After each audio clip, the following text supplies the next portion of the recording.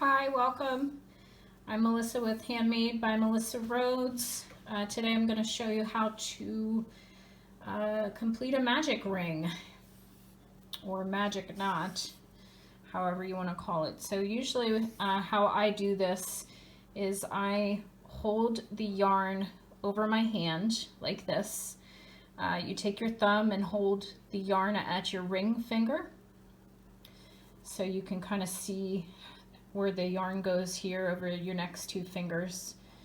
So you'll wrap the yarn around those two fingers and cross it in the back here.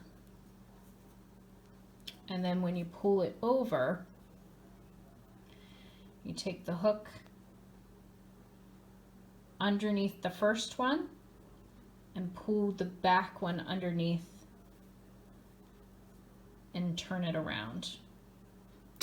And then you take this and pull it through, which these can be tricky. And then that is the magic ring.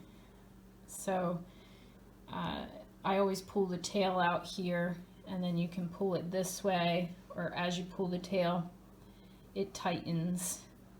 So you'll have this tail out here and you can continue working in this ring, and then when you pull on the tail it closes.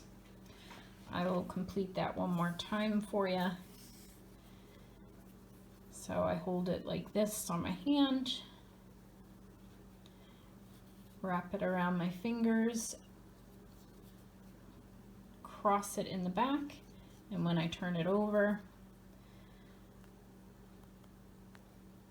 put my hook in under the first one, pull the back one around, but you're twisting it as you turn it. And then you take this piece and pull it through.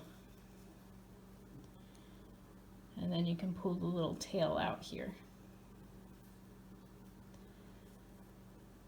And that's the magic loop.